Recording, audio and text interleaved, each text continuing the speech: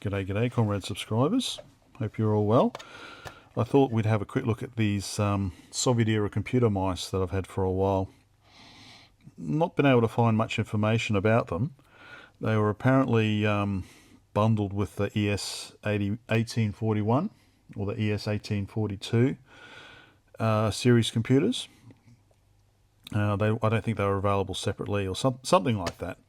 So the ES1841, if you look at the specs, it's almost like a PC XT class machine, and the 1842 is kind of an AT class. They couldn't reproduce the 80286, so they were still using their version of the 8086, so the KR 1810 VM86. But with the 1842, apparently they had some additional circuitry that allow it to run in protected mode. So, but a bit slower than a 286.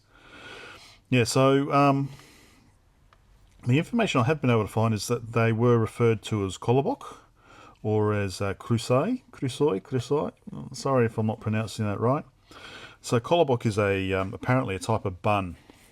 And there's a folk story where the Kolobok escapes and goes on adventures. So the Kolobok referring to the ball in the mouse, and krysoi is a rat. So referring to well, it's a small rat, I guess. If you actually look at the designation on the mouse, you can see it's a manipulator. So for example, a joystick is a manual manipulator, but in this case it's a mouse, so it's a Manipulator Graphicsky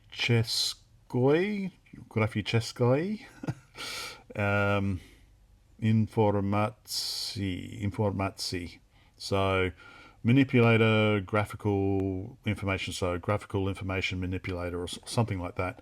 And then a model ES1841 A002.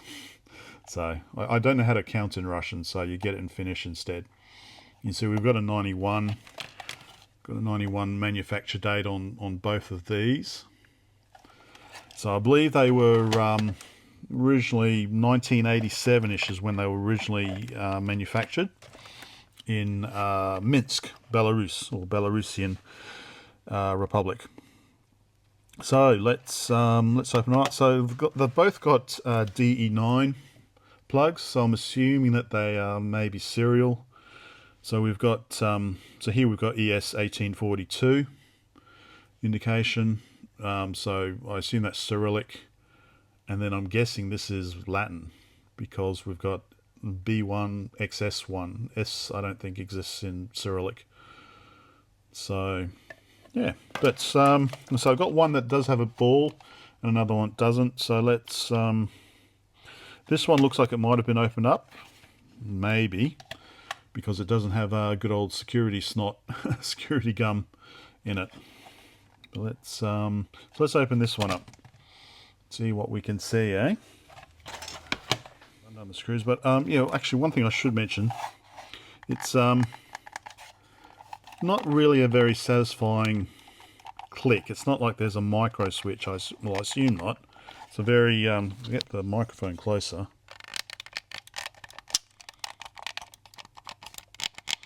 Very squeaky kind of sound. So, but we'll see. We'll see what's in there.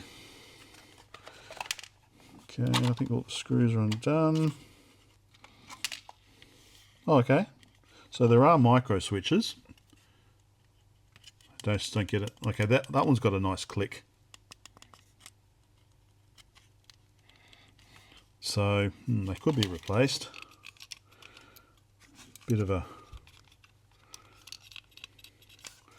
I wonder where the squeakiness comes from. That's all okay.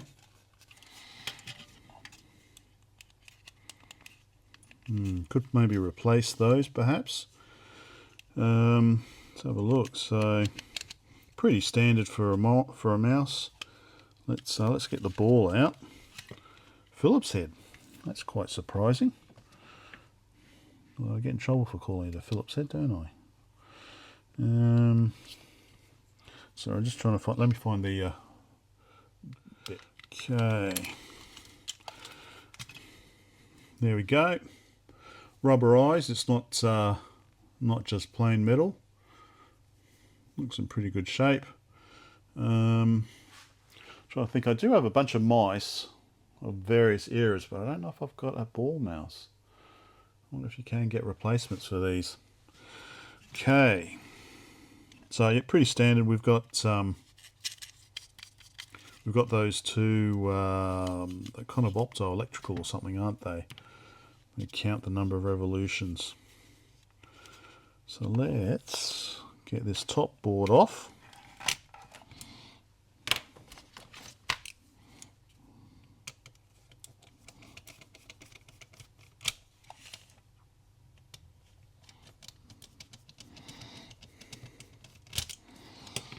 Okay. If it will come off.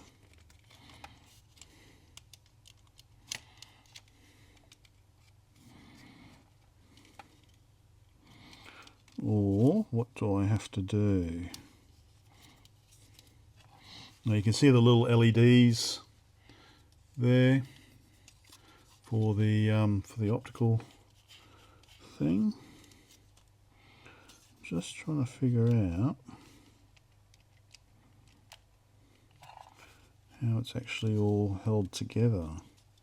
Right, let me fiddle with this a bit more. So it kind of looks like maybe it is clipped. Maybe these are clips. That's what's holding it in place.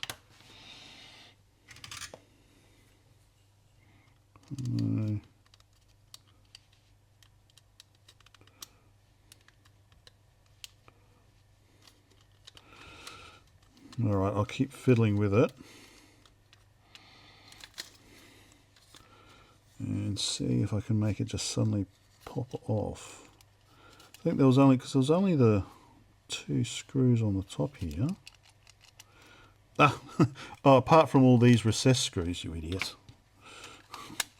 No wonder, staring me in the face, huh?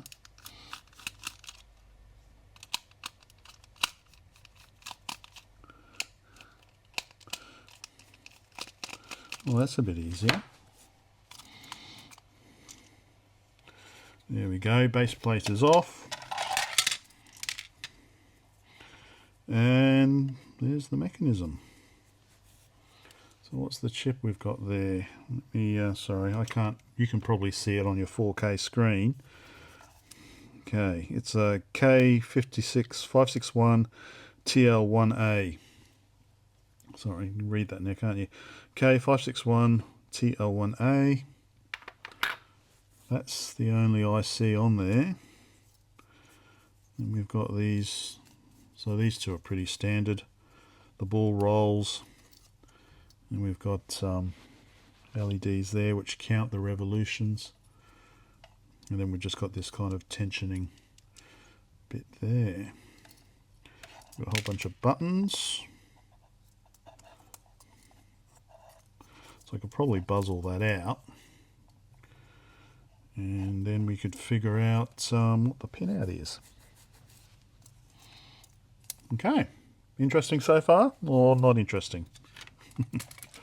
Alright, so let's finish up by seeing if we can figure out the pinout. So I have to open this up because I can't, that doesn't fit, so I can't just use those exposed terminals there. They're quite small holes,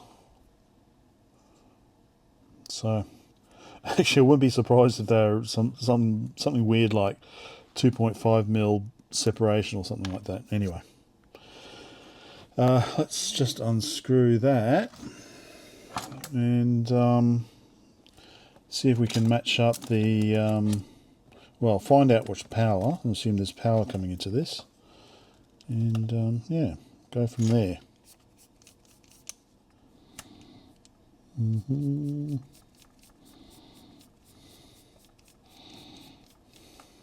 Okay. Get that off. Oh, okay, then that's got a little hook in there. Okay. What exactly am I trying to do here? Okay, you've got a shell. Okay, you've got a shell there. Do these come out? I don't know if these actually come out. Okay. So I assume... What do I assume? These are clipped on, but they've also got that through there, so they won't just slip off, will they?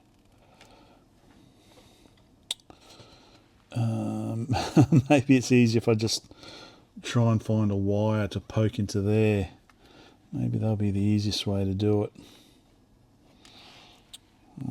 I think I might do that. Any old wire will do. Okay, let's try that instead. Right, I think I've figured out the pinout. Now I'm not sure of the nomenclature. But we've essentially got 4 Schmidt triggers and with inverting inputs. So, because the inputs are tied together, so we effectively only have 4 inputs, not 8. So, just trying to understand it. So, for each, I think the way it works is we've got LEDs on the grey side here, and then we have LDRs on the right hand side here, which feed the input to the Schmidt trigger, which then goes up to the computer. So I've labelled this Y. Hang on, actually I've got it around the wrong way, haven't I? Because that's... Oh no, that's right. So I've labelled this Y plus, so we're going upwards. Well, because it's on the top side. I don't know whether we're actually going upwards or whatever, but I've just labelled Y plus, Y minus because it's on the bottom side, and then X plus and X minus. So I'm assuming that the way it works is with the spinning wheel that these don't line up on both sides, so only one side detects light at a time. So that way we can determine which way we're going, left or right, or up or down. So that's why I've labelled this one Y plus, just because it's on the northern side of the board. Y minus, it could be the other way around. And as the inputs are tied together, when we get a high output from here, we get a low output on the Schmidt trigger that goes up to the computer. Because they're NAND gates, so if we get low, we get high on the Schmidt output, and if we get high, then we got low. Something like that. So, yeah, there we go. I'm assuming this is how normal mice work. Well, certainly these older ones in the West as well. I've never looked at a mouse before, so it's the first time I'm doing it. I just know the basics that, you know, that's what these wheels are for as it moves around. There we go. Be interesting to see how to get it to work on a Western computer. I assume it should. Yeah, there we go. Hopefully that was of some interest. I'll try and get it working at some stage if I can figure out how to do it. But yeah, that's all for now.